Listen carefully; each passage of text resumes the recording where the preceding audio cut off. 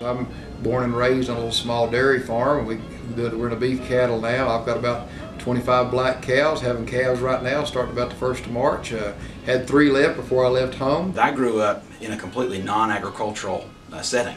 My parents still don't farm, don't live on a farm, and don't 100% really understand even what I do on a daily basis when I'm back at home. And it's amazing to me, even them having a son who's now, directly involved in agriculture, how much misunderstanding and misinformation is out there. I can tell you from my perspective as the Vice Chair of the Ag Committee, what we try to do is maintain the essence of agriculture in the state of Tennessee.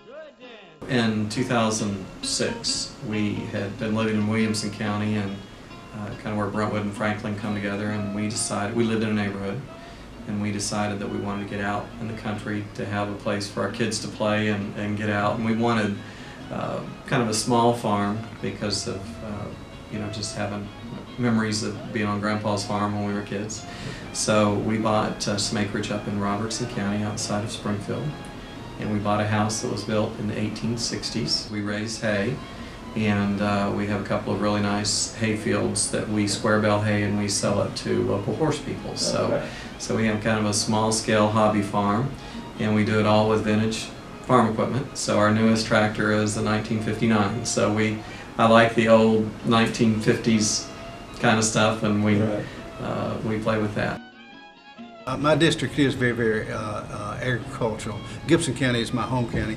Carroll County, I share part of that with Andy Holt. But I'm always eager to point out that agriculture is the word that's right in the middle of the seal.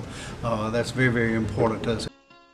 I think we are moving the state in the right direction. We are, whether it's being pro-business, we're improving our education. Where we are, I think that shining city on the hill that Ronald Reagan talked about. People are looking at the state of Tennessee for being well managed, looking at the state of Tennessee for the education progress we're making. And again, all that comes back around to agriculture and making sure that we have those farmers that are still there to produce, not only to provide jobs for other people, but to actually literally feed the state of Tennessee and the country.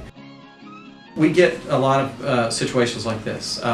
Somebody came to me and said, why is it when I go to one place I pay sales tax on fence posts and I go to another place I don't pay sales tax on fence posts?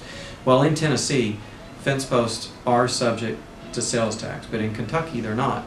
I would rather see fence posts as an expendable item, not as a capital improvement, and make that tax exempt. And that came from one of our farmers in the western part of Robertson County, and he buys both in Tennessee and in Kentucky, and he pointed out that discrepancy. That's a great example. When farmers call and talk to us, we love to hear what they have to say, because that's what allows us either to introduce good legislation or fight against bad legislation, because we do have a lot of legislation that can have an adverse effect on our farmers, and somebody needs to be very vigilant about it so we don't pass bad laws.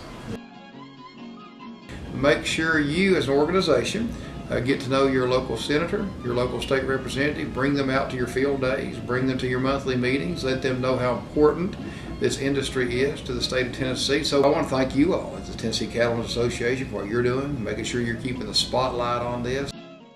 Agriculture is one of the greatest economic forces that we have in the state, and we're here to preserve that, to protect that, and to promote that.